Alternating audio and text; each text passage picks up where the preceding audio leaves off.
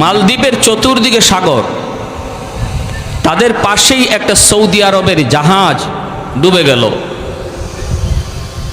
আর যত যাত্রী ছিল সব মারা গেল, কিন্তু একজন হাফেজে কোরআনকে আল্লাহ তার কুদরতে বাঁচিয়ে রাখছেন। একটা কাঠের উপরে ভাসতেছে হাফেজে কোরআন, অল্প বয়সের একজন হাফেজ। ভাইরা বন্ধুরা, মালদ্বীপের জেলেরা মাছ ধরার জন্য সাগরে নামলো। হঠাৎ করে নজর, কাঠের উপরে একটা বালক সাগরে ভাসতেছে, আল্লাহ তারে কুদরতে বাঁচিয়ে দিয়েছেন। জেলেরা যায় তার কাছে যায় নৌকায় উঠাইল। ওই হাফেজ কোরআন, যেই বালক, তার সিনার মধ্যে আল্লাহর 30 পারা কোরআন। কোরআন বাহাদুরি করে সিনায় নেওয়া যায় না, আল্লাহর কালাম বাহাদুরি করে সিনায় নেওয়া যায় না। আল্লাহর কালাম ওই সিনার মধ্যেই ঢুকে, যেই সিনায় আল্লাহ পাক নিজে ঢুকায়া দেয়। এজন্য ওই হাফেজে কোরআনকে তারা নৌকায় উঠাইলো। কিন্তু ওই জেলেরা, তারা তো হাফেজে কোরআন কাকে বলে চেনে না, জানে না। কোরআনের হাফেজের মহত্ব বড়ত্ব জানে না, জানার কথাও না, কারণ তারা ইসলাম কি জিনিস তাও বুঝে না। নৌকায় করে মালদ্বীপ বাজারে উঠাইলো। তখনকার সময় মানুষ বেচাকেনা হইতো। এই ছোট্ট বালক, যার সিনার মধ্যে আল্লাহর 30 পারা কোরআন রয়েছে, রে আল্লাহর গোলাম, বাজারে উঠাইলো তারে বিক্রি করার জন্য। অনেক কাস্টমার আসে তারে কেনার জন্য, কিন্তু এমন পয়সা চায়, এমন টাকা চায়, কেউ সাহস করে না তারে কেনার। কিন্তু ওই এলাকার একজন হিন্দু মহিলা ছিল, বড় ধনী। ওই মহিলার সম্পদের কোনো অভাব নাই, কিন্তু একটা ছেলে সন্তানের বড় অভাব আছে, শুধু একটা মেয়ে সন্তান। ছেলে সন্তান তার নাই। মহিলা চিন্তা করলো, সম্পদ দিয়ে আমার কি হবে? কারণ আমি যদি বৃদ্ধ হয়ে যাই, আমাকে পালবে কে, খাওয়াবে কে? মেয়েটারে বিয়ে দিয়ে দেব, পরের বাড়িতে চলে যাবে। একটা ছেলের প্রয়োজন। খবর পেয়ে সে বাজারে গেল, যায়া জেলেদেরকে বলল, টাকা যা লাগে তোমরা নিয়ে নাও, বিনিময়ে আমাকে, ছেলেটা আমাকে দিয়ে দাও, আমার সন্তান বানায়া তারে আমি পালব। হাফেজে কোরআন চলে আসলো হিন্দু মহিলার ঘরে। দিন যায় রাত যায়, মহিলাকে মা কয়া ডাকে, বোনটা তারে ভাইয়া কয়।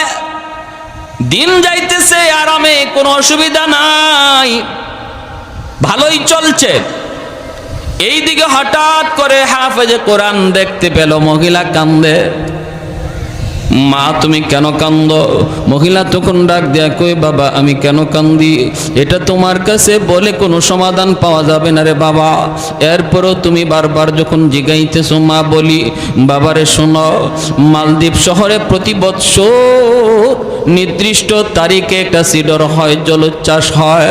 ওই সিডরে অসংখ্য অগণিত মানুষ মারা যায়।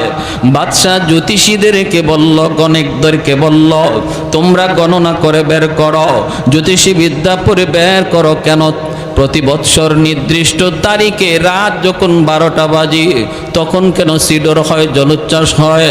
কারণটা কি একটু গবেষণা করে বের করো। জ্যোতিষীরা জ্যোতিষী বিদ্যা পড়ে বের করলো, গণকরা গণনা করো, তারা জানায় দিল এটা একটা খবিস জিন্নাতের কারসাজি, একটা দেও দানবের কারসাজি।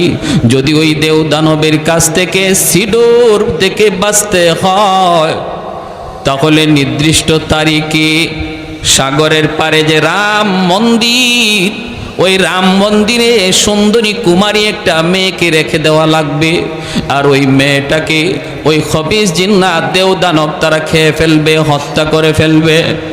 এরপরে সিডর হবে না, ভুক দিলে পরে সিডর হবে না, ওরা কোনো ক্ষতিও করবে না।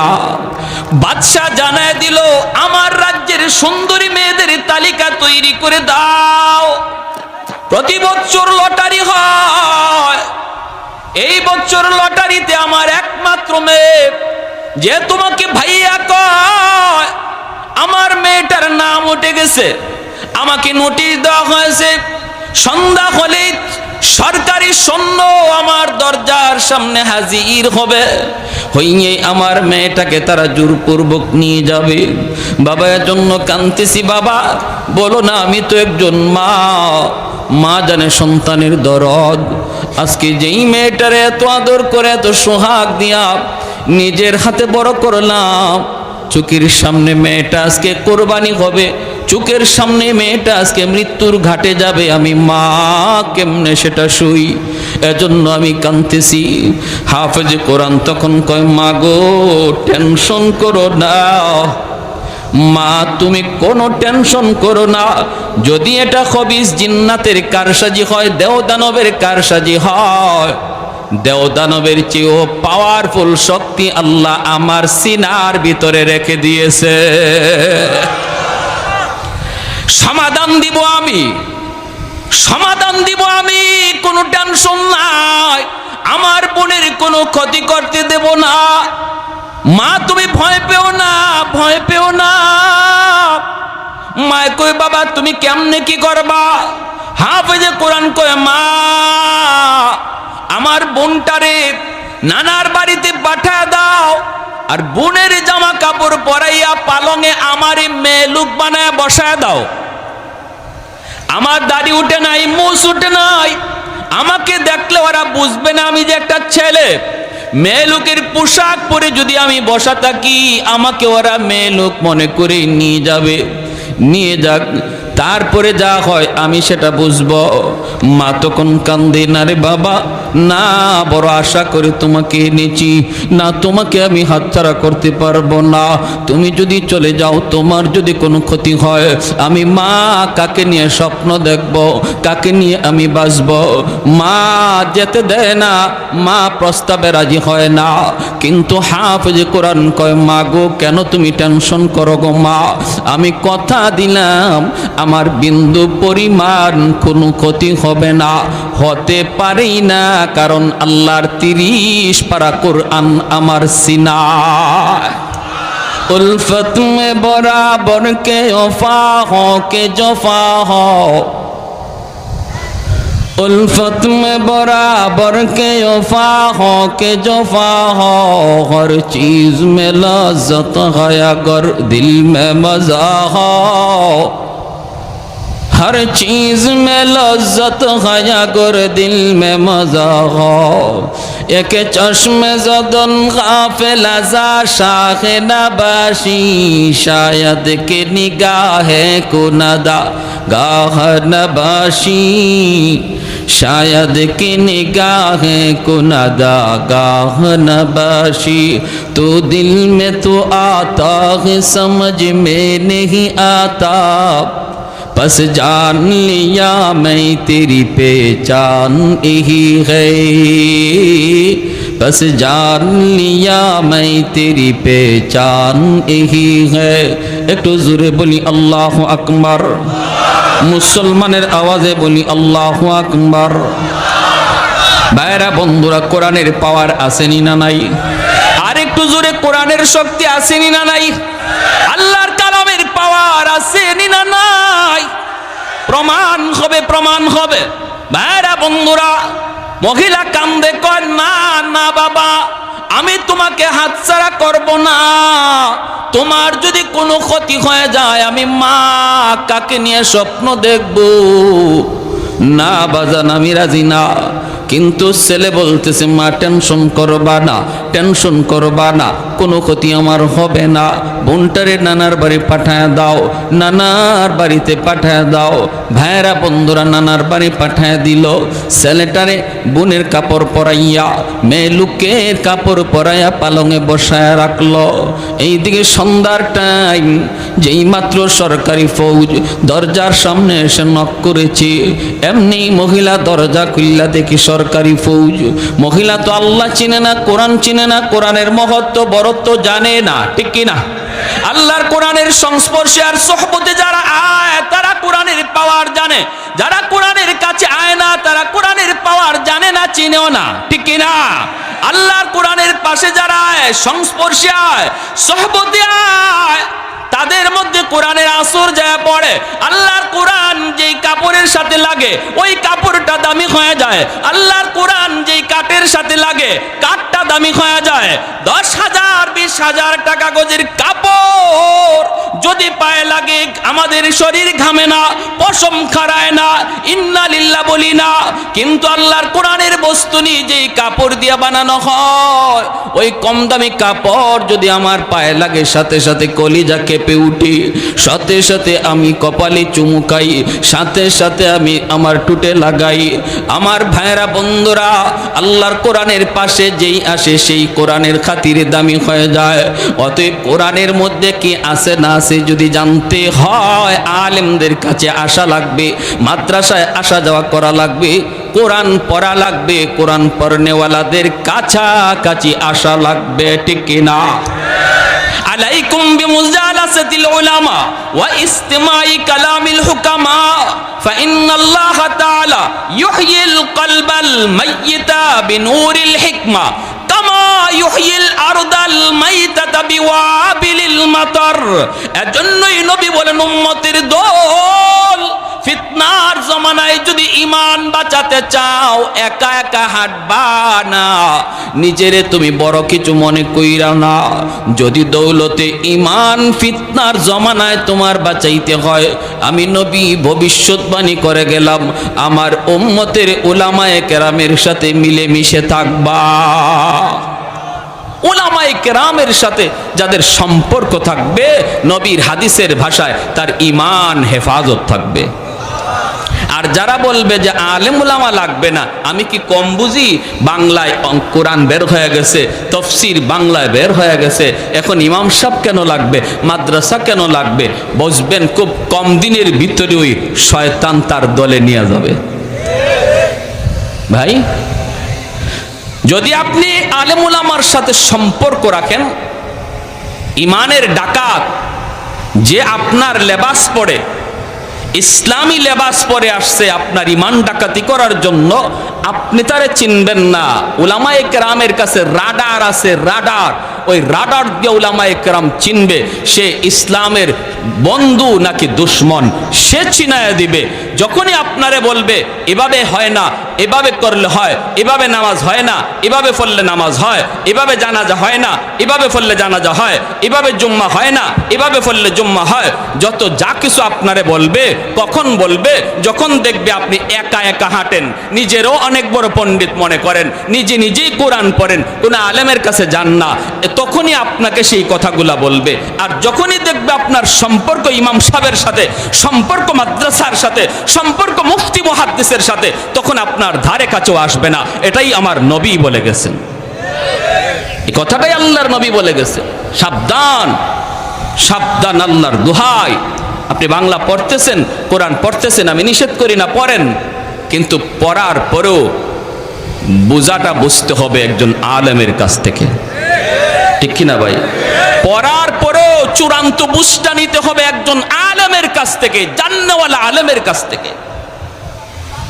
আজকের সমাজে আমাদের অনেক মুসলমান ভাই এই ব্যাপারে পথভ্রষ্ট হয়ে যাচ্ছে, গোমরা হয়ে যাচ্ছে, আলেমদের সাথে তার অন্তরে বিদ্বেষ জন্ম নিচ্ছে। আমার ভাইরা বন্ধুরা, হাফেজে কোরআন যতই মহিলাকে বোঝায়, মহিলা তো বুঝ মানতে রাজি না।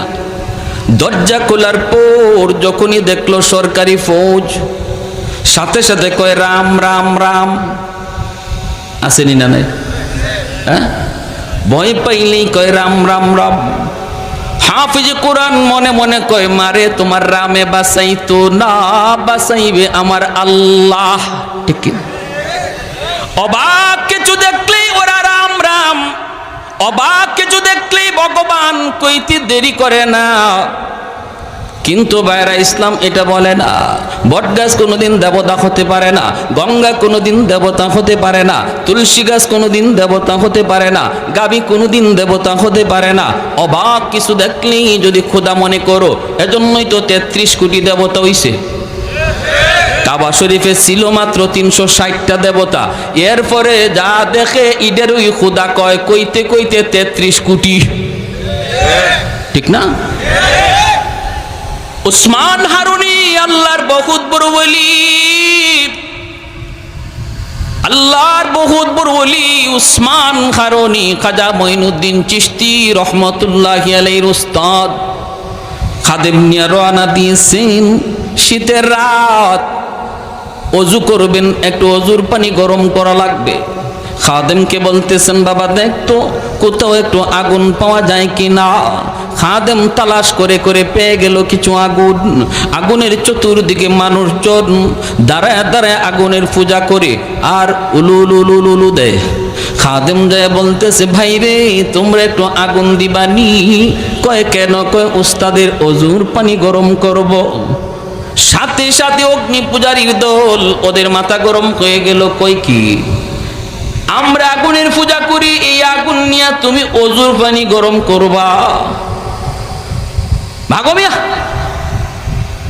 কয় দেও না ভাই, একটু আগুন নিলে কি আগুন কমবে নাকি? কয় কমবে কি বাড়বে তা জানি না, তবে আগুন দিমু না। চলে গেলেন, যায় উস্তাদকে বলতেছেন, উস্তাদজি আগুন তো পাইছি, কিন্তু আগুন ওরা দিবে না কেন? কয় ওরা আগুনের পূজা করে।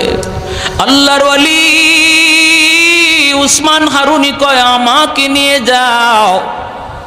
ইনি আসলেন, আইসে ইনি আবার আগুন চাইলেন, দিতে নারাজ। কেন দিবা না? কয় আগুনের পূজা করি। কেন পূজা করো? কয় বাপে করছে, দাদায় করছে। কেন করছে? কয় আগুন মরার পরে জ্বালাবে না। আগুনের পূজা করলে আগুন মৃত্যুর পর জ্বালাবে না, মায়া করবে, মায়া করবে। আল্লাহর ওলি উসমান হারুনি কয় এত বৎসর যাবত আগুনের পূজা করো, তখন একটু যাচাই করে দেখো আগুন তোমাদেরকে মায়া করবে কি করবে না। দুনিয়াতে আঙ্গুলটা আগুনের ভিতর দিয়া দেখো, আগুন আঙ্গুল জ্বালায় কি জ্বালায় না। যদি দুনিয়াতে আঙ্গুল না জ্বালায় তাহলে বুঝবা মরণের পরেও জ্বালাবে না। আর যদি দুনিয়াতে আঙ্গুল জ্বালায়, বোঝা গেল 60 বছর 70 বছরের পূজা আগুনে তোমাকে রেহাই দিবে না। অগ্নি পূজারীরা কই মৌলবি বুঝছি তুমি আসছো আমাকে আগুনে জ্বালানোর জন্য। আগুনের স্বভাবটাই তো জ্বালানো, আগুনে কিছু দিলেই তো আগুন জ্বালায়, আগুনে কারে না জ্বালায়। উসমান হারুনি কয় কি কইছো তোমরা পাগল আহমাক? আগুনের স্বভাবটাই জ্বালানো নয়, আগুন চাইলেই জ্বালাইতে পারে না। আগুনের মালিক যদি আদেশ দেয় তবে আগুনে জ্বালায়, আর যদি মালিক আদেশ না দেয় আগুন জ্বালানোর কোনো ক্ষমতা নাই। যদি আগুন নিজেই জ্বালাইতো তাহলে ইব্রাহিম খলিলুল্লাহকে কেন জ্বালাইল না? আওয়াজ দেয়া বলেন ঠিক কিনা? যদি আগুন চাইলেই জ্বালাইতো মুসা কালিমুল্লাহ রে তুর পাহাড়ে কেন জ্বালাইল না? পুরা তুর পাহাড়টা জ্বলে ছাই হয়ে গেল। আল্লাহ বলতেছে রে আগুন সাবধান, আমার মুসার একটা পশম পর্যন্ত যেন না জ্বলে। সুবহানাল্লাহ, আর একটু জোরে সুবহানাল্লাহ। ওই অগ্নি পূজারীরা কই মৌলবি ইব্রাহিম বুঝি না, মুসা বুঝি না, তুমি কিছু পারবা কিনা বলো, তুমি কিছু পারবা কিনা বলো। উসমান হারুনি বলে তাহলে তোমরা বুঝি দেখতে চাও? হ দেখতে চাই। এই কথা বলতে আল্লাহর ওলি উসমান হারুনি ছোট্ট একটা বাবু পাশে দাঁড়ায় রয়েছে, ওদেরই ছেলে। এই ছোট্ট বাচ্চাটারে কোলে লইয়া আল্লাহু আকবার বইলা একটা লাফ দিয়া আগুনের ভিতরে চলে গেলেন। এখন তো শুরু হইছে Ram Ram Ram Ram Ram, high high high, মৌলবি মরছে মরুক, জ্বলছে জ্বলুক, আমাদের বাচ্চাটার কি দোষ ছিল? হঠাৎ করে আগুনের ভিতর ওরা তাকায় তাকায় দেখি আল্লাহু আকবার, ঘটনা কি? মৌলবি যে বাচ্চাটারে নিয়ে আগুনের ভিতরে ঢুকলো, আগুন তাদের চারপাশ দিয়ে দাও দাও করে জ্বলে, কিন্তু আগুন তাদের গায়ে লাগে না। বাচ্চাটারে নিয়ে ওসমান হারুনি আগুনের ভিতরে তিনি আদর করতেছেন, চুমু খাইতেছেন, মায়া করতেছেন। এই দৃশ্যগুলি ওরা আগুনের বাকি থেকে দেখলো। এরপরই আল্লাহর ওলি ওসমান হারুনি আবারও আল্লাহু আকবার বলে বাচ্চা নিয়ে আগুন থেকে বের হয়ে আসলেন। এইবার অগ্নি পূজারীরা কয়ে বুঝছি, হায় হায় হায়, এতদিন যাবৎ আমরা কার পূজা করি? আগুন তো ভগবান না, ভগবান তো হলো যে আগুনে ফরছে অথচ আগুন জ্বালাইছে না। বুঝছেন? ওসমান হারুনির পায়ে সেজদা করা শুরু করে দেয়। যেই মাত্র ওনার পায়ে সেজদা দেয় আপনি ভগবান, আপনি ভগবান, তখন তিনি লাঠি দিয়ে আঘাত করে বলতেছে, আহাম্মকের দল, তোমরা তো অবাক কিছু দেখলে খোদা কইতে দেরি করো না। আরে এটা আমার কোনো কেরামতি নয়, আগুনে আমারে জ্বালাইছেন, এটা আমার কোনো বাহাদুরি নয়। আগুনের মালিকের উপর আমি বিশ্বাস করেছি, তোমরাও যদি আগুনের মালিকের উপর বিশ্বাস করো, ঈমান আনো, আগুন তোমাদেরকেও জ্বালাবে না, সাথে সাথে ওরা কালেমা পড়ে মুসলমান হয়ে যায়। मैं तालिब मौला हूँ मेरे इश्क़ निराला, मैं तालिब मौला हूँ मेरे इश्क़ निराला, है जुमला जहाँ जिनके तजल्ली से उजाला, है जुमला जहाँ जिनके तजल्ली से उजाला, मदरुद जहाँ गैर खुदा यार नदारम, जुज़ियात खुदा ही चदिगुर कार नदारम, जुज़ियात खुदा ही चदिगुर कार नदारम। একটু জোরে বলি আল্লাহু আকবার। এজন্যই মহিলা যেই মাত্র রাম রাম কয়ে, হাফেজে কোরআন কয়ে, মা নীরব, চুপ থাকো। সরকারি ফৌজগুলি ভিতরে ঢুকছে, দুইটা ওরা দরজার দিকে তাকাইছে, খাটের উপরে বসা আছে এত সুন্দরী একটা মেয়ে। বলুন তো আপনারা মেয়ে না ছেলে? চেহারার মধ্যে মোছ নাই, দাড়ি নাই, কম বয়সে হাফেজে কোরআন বাংলাদেশে আসেনি না নাই? শুধু আছে তা নয়, বিশ্ব মানচিত্রে যে কয়জন বাংলাদেশের নাম দুনিয়া জুড়ে উজালা করেছে সবাই কম বয়সের, এখনো দাড়ি মুস্তাদের উঠে নাই, ঠিক কিনা? বাংলাদেশের নাম সুনাম যারা বয়ে আনলু তারাই হলো কোরআনের পাখি, এদেশের সম্পদ, ঠিক কিনা? দুর্ভাগ্য, দুর্ভাগ্য আমাদের কপাল পুরলো, যাদের খাতিরে দেশ বাংলার জমিনে মানচিত্রে পরিচিত হলো, আজকে তাদের কদর আমাদের সমাজে আর দেশে হয় না। আহা ভাইরা আমার, ওরাই নিজেরাই কয়, হায় হায় এত সুন্দর মেয়ে, এত সুন্দর মেয়ে তো কোনোদিন দেখি নাই, হায় রে এত সুন্দর মেয়েটারে আজকে আমরা বলি দিব।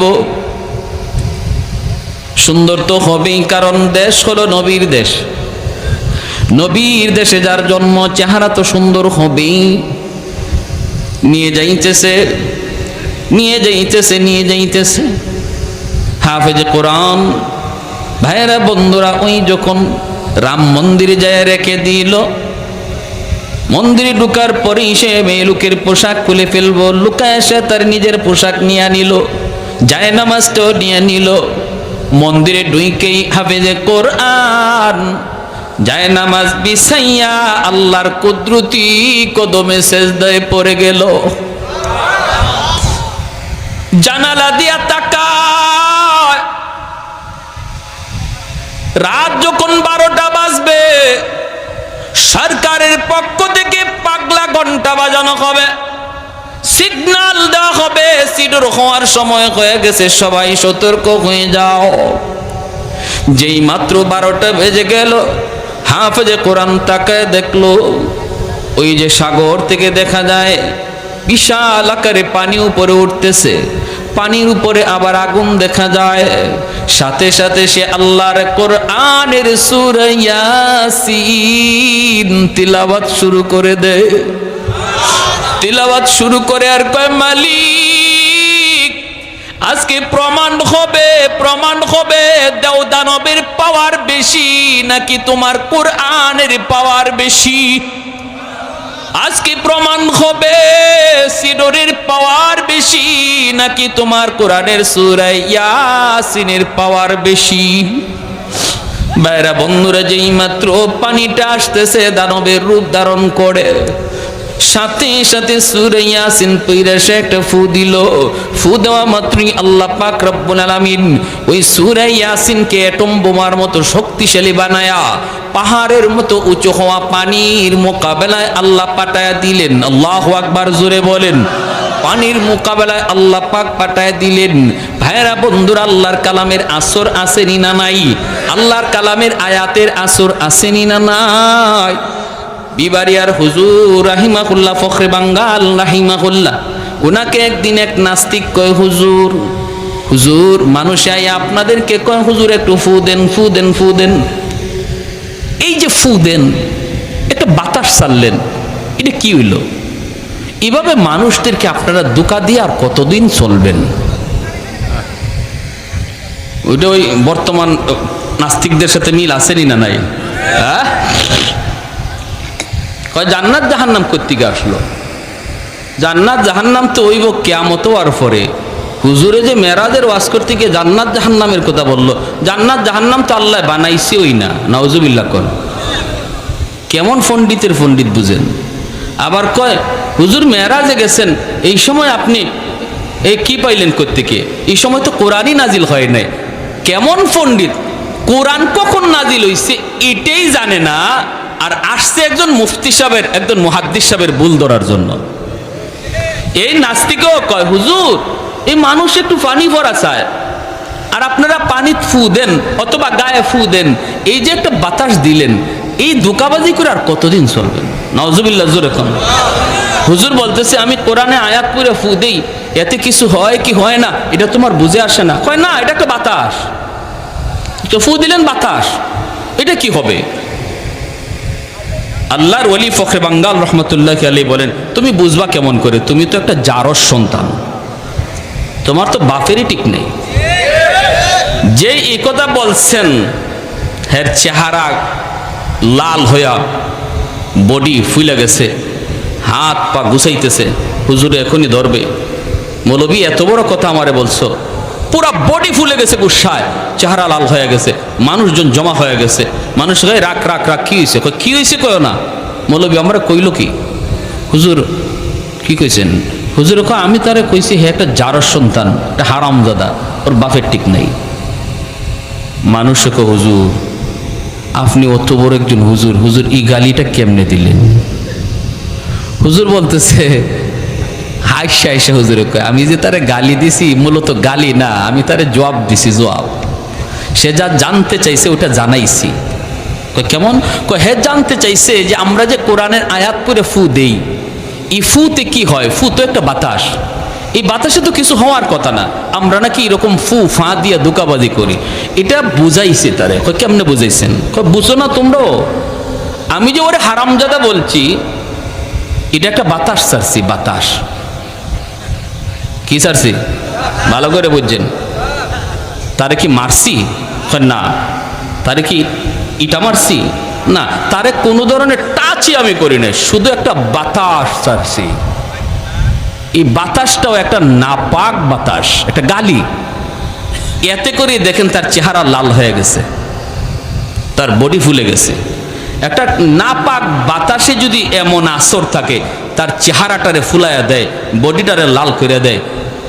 কোরআনের আয়াত পাক, কোরআনের আয়াত পড়ে বাতাস দিলে যে আসর করে, এটা বুঝাইবার লাগে তারে গালিটা দিছি। বুঝে আসছে? আপনারা বুঝছেন নি? নুরউদ্দিন ঘরপুরি রহমতুল্লাহ আলাইহি সিলেটের, আমাদের সিলেটের বহুত বড় একজন আল্লাহর ওলি ছিলেন। হুজুরের শনি মঙ্গলবারে ফু দিতেন, পানি ফোড়া দিতেন, পানি ফোড়া। তো মানুষজন এরকম পানি নিয়ে যাইতো। তো হুজুর অনেক ব্যস্ত থাকতেন, এজন্য মাঝে মাঝে করতেন কি, মাদ্রাসার সামনে একটা পুকুর ছিল, হুজুরে ওই পুকুরের মধ্যে ফু দিয়া চলে যেতেন, আর মানুষকে বলতেন তোমরা পুকুর থেকে পানি নিয়ে যাও। তো হুজুরে পুকুরে ফু দিয়া চলে গেছেন, মানুষের পুকুর থেকে ওই বোতল ভরে ভরে পানি নিয়ে যাইতো, কাজ হয়ে যেত। এখানে একদিন এক লোক আসছে হুজুরের খুব মহব্বতের, খুব মহব্বতের, এরকম একটা কাচের জগ, এই কাচের জগ নিয়ে আসছে। অসুবিধা হইতেছে আপনাদের? এরকম কাচের জগ ভরা পানি নিয়ে আসছে। আয়েশা বলতেছে, হযরত আমার একটু একটু পানি ফোড়া হুজুর, একটা ফু লাগবে। হুজুর বলতেছে, কেন? আমি তো পুকুরে দিয়ে আসলাম, তুমি পুকুর থেকে নিয়ে যাও। হুজুর আমার কেমন কেমন, হুজুর আমার এটাতে দিয়া দেন। এত বড় পুকুর, ফু দিছেন এক কোনায়, ওই জায়গায় ফু লাগে নাই না লাগছে এটাও জানি না, কোন ভাই ফু গেছে আর কোন ভাই গেছে না। আমি কোত্থেকে পানি নিব হুজুর, আমার জগটার মধ্যে একটা ফু দিয়া দেন। হুজুর বলতেছে, ও আমার ফু পুকুরের কোন দিকে গেছে আর কোন দিকে গেছে না এটা তোমার একই নইতেছে না, তোমার জগে ফু দিতাম। তো ঠিক আছে, জগ ধরো, কাচের জগ তুমি ধরো, আমি ফু দেই। কাচের জগটা এইবার ধর, আমাদের উস্তাদরা পাশে দাঁড়ানো সবাই দেখতেছে, এই কাচের জগটা সেইভাবে ধরে রাখছে, আর হুজুর একটা ফু দিছেন। ফুটা দেওয়ার সাথে সাথে কাচের জগ টাস টাস করে ভেঙে পড়ে গেছে। কিসের পানি? পুকুরে ফু দিছি তোমার একই নয় না, জগে ফু দিমো। ঠিক আছে, জগ ভালো করে ধরো, জগই নাই। জগ আছে, জগই নাই। ওই হাফেজে কোরআন আল্লাহর কালাম সূরা ইয়াসিন পড়ে ফু দিল, আল্লাহ ওই কোরআনের সূরা ইয়াসিনকে এমন পাওয়ারফুল এক বোমা বানায় দিলেন, সাগর থেকে পাহাড় পরিমাণ উঁচু হয়ে যে সিডোর আসতেছে এর মোকাবেলায় চলতেছে। সিডোর আসতেছে, আল্লাহর কোরআনও যাইতেছে। আল্লাহু আকবার, জোরে কর। আমার ভাইয়েরা বন্ধুরা, সামনের দিকে যায়, মোকাবেলা হয়ে গেল আল্লাহর কোরআনের সাথে। মুহূর্তের ভিতরে সাগরের সিডোর, পাহাড় পরিমাণ উঁচু যে সিডোর ছিল, সাগরে আবার দেবে গেল। মুহূর্তের ভিতরে আল্লাহর কোরআন জয়ী হয়ে গেল, আর দেওদানবের কারসাজি পরাজিত হয়ে গেল। ভাইরা বন্ধুরা, সকালবেলা আসছে ওরা লাশ নেওয়ার জন্য। লাশ, কারণ প্রতিদিন প্রতি বৎসর সকালবেলা ওরা লাশ নিয়ে যায়। রাতে যদি সিডোর না হয় তাহলে মন্দির থেকে লাশ নিয়ে যায়। আসছে সরকারি ফৌজ লাশ নেওয়ার জন্য। আইসা দেখে লাশের কোনো বংশও নাই, বরং মন্দিরের ভিতরে একজন কোরআনের হাফেজ বসে বসে কোরআন তিলাওয়াত করতেছে। ইয়াসিন ওয়াল কুরআনিল হাকীম ইন্নাকা লামিনাল মুরসালিন। আল্লাহর কোরআন পড়তেছে। সরকারি ফৌজরা ইসা কয়ে, কি রে বেটা তুমি এখানে কি করো? লাশ কোথায়? হাফেজ সাহেব কয়ে, লাশ কোথায় পাইবা? লাশ কোত্থেকে আসবে? কয়ে, কেন? গতকাল যেই মেয়েটাকে আমরা রেখে গেলাম এই মেয়েটার লাশ নেওয়ার জন্য এসেছি। হাফেজ সাহেব কয়ে, মেয়ে তোমরা আনো নাই, আমারই তোমরা আনছ। ফৌজরা কয়ে, কও কি তুমি? বলে, হ্যাঁ, আমাকে তোমরা নিয়ে আসছো। আমার বোনকে নানার বাড়ি পাঠায় দিছি, যারে তোমরা মনে করো মেয়ে, সে তো নানার বাড়িতে পিঠা খায়। আর আমি তো আমার বোনের জামা কাপড় পরে বসেছিলাম, আমাকে মেয়ে লোক মনে করে তোমরা নিয়ে আসছো। কই, তাহলে সিডোর যে হলো না, তুমি যে মরলা না, ঘটনা কি? হাফেজ সাহেব কয়ে, তোমরা কি মনে করো গো? তোমরা তো আল্লাহকে চেনো না, আল্লাহর কালাম কত পাওয়ারফুল তাও জানো না। ওই যে সিডোর তোমরা দেখো, দেওদানবের পাওয়ার তোমরা দেখো, এর চেয়ে হাজার লক্ষ গুণ পাওয়ার আল্লাহ আমার সিনার ভিতরে জমা রাখছে। সিডোর সিডোরের মতো করে উঠছে। আমি শুধু আমার মালিকের সূরা ইয়াসিন, আল্লাহর কালামের সূরা ইয়াসিন, যেই সূরা কোরআনের হৃৎপিণ্ড, ওই সূরা পড়ে শুধু একটা ফু দিয়েছি, যেখান থেকে পানি উঠছিল সেখানেই দেবে গেছে। কও কি তুমি বলে হ্যাঁ, এটা আল্লাহর কোরআনের পাওয়ার, আল্লাহর কোরআনের পাওয়ার। সাথে সাথে তারা বাদশারে জানায় দিল। বাদশা অবাক হয়ে গেল। বাদশা মন্ত্রী পরিষদ নিয়া হাফেজ সাহেবের সামনে এসে হাজির হয়ে বলতেছে, রে হাফেজে কোরআন, ও বাবা তুমি এটা কি শুনাইছো, কি বলছো? আমরা তো কোরআন বুঝি না, কোরআনের মহত্ব জানি না। বাবা আগামী বছর এই তারিখে আবার তোমাকে আমরা মন্দিরে রাখবো, আবারও তোমাকে মন্দিরে রাখবো। আমরা নদী সাগরের পারে দাঁড়ায় দাঁড়ায় দৃশ্যগুলি দেখব, নিজের চোখে আমি দেখবো রে বাবা, নিজের চোখে দেখবো আল্লাহর কোরআনের পাওয়ার, নিজের চোখে দেখব। যদি এমনই হয় আমি বাদশা কথা দিলাম জনগণ সহ একদিনে কালেমা পড়ে মুসলমান হয়ে যাব। আমার ভাইরা বন্ধুরা, পরের বছর হাফেজে কোরআনকে আবার মন্দিরে রেখে দেওয়া হয়। নির্ধারিত তারিখে রাত যখন 12টা বাজে, মন্ত্রী পরিষদ লয়া বাদশা সাগরের পারে দাঁড়ানো। ঠিকই সিলুর উঠতেছে আল্লাহর কালাম পইরা হাফেজে কোরআন মন্দির থেকে ফু দিছে। বাদশা একবার সাগরের দিকে তাকায়, আরেকবার মন্দিরের দিকে তাকায়, একবার সাগরের দিকে তাকায়, আবার মন্দিরের দিকে তাকায়। হঠাৎ করে দেখে মন্দির থেকে পাওয়ারফুল একটা আগুনের লোক্কা সাগরের দিকে যাইতেছে। যেই পানিটা এত উঁচা হয়ে উঠলো, ওই পানিতে যায় আগ